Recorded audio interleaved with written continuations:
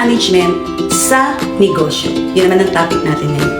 Alam mo ba na hindi totoo na wala kang oras para magsimula ng side business? Ano lang gagawin mo?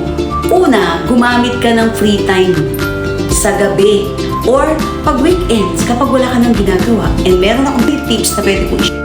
First, iset mo na kahit isang oras lang daily ang iyong schedule. Pangalawa, use schedulers para mamonitor mo yung gusto mong gawin daily.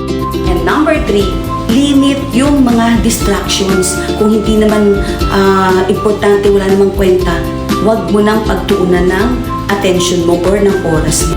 Kaya sa mga busy employees dyan na gusto nyo magkaroon ng side hustles, magkaroon na kayo ng side na business nyo, itry nyo na yung ganitong tips na tinuturo ko sa inyo. It's a matter of time management lang yan.